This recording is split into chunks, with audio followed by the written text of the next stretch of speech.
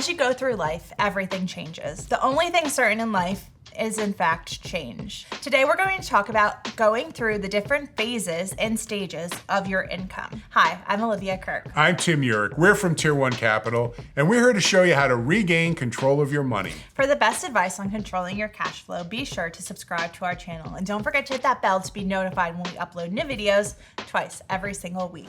Did you know that there are 4 phases of income that you experience in your personal and business life? Go to our YouTube channel to watch our most recent video on the 4 phases of income. So when you first get a job or you first start in business, your goal is to create 100% of your earned income to support your lifestyle. And as time goes by and you evolve towards retirement, your reliance on earned income will go down and you will transition to 100% of your lifestyle being funded by passive income. And as we're evolving from 100% earned income to 100% passive income, there are various stages. Now, whether you are a W-2 employee or a business owner, when you're first starting out, oftentimes you're just making enough to get by.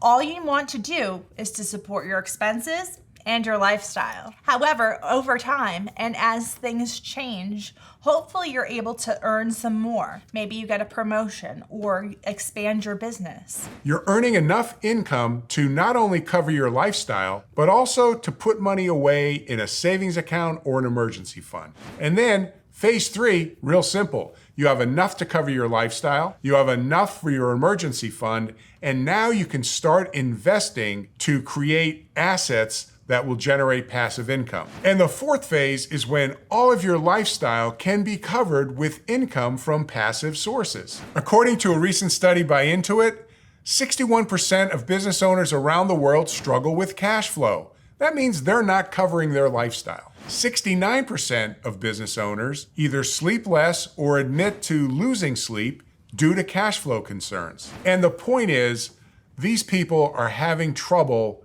covering their overhead. So it's almost impossible for them to start saving because they're dealing with these cash flow issues. So the question becomes, how do you transition between these phases? A lot of times people try to go from phase 1 all the way to phase 3, where they have passive income generated for them through their business. However, it's important to build a foundation of savings that you have liquidity, access, and control over so that you're not completely boggled down by debt and other financial pressures that come with these big expenses. That's why it's really important to go from phase 1 to phase 2. You need to create that emergency fund, that savings that can be your backstop whenever you go to another phase and then all of a sudden the rug gets pulled out from under you.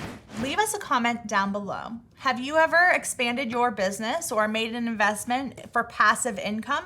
And how did that go for you?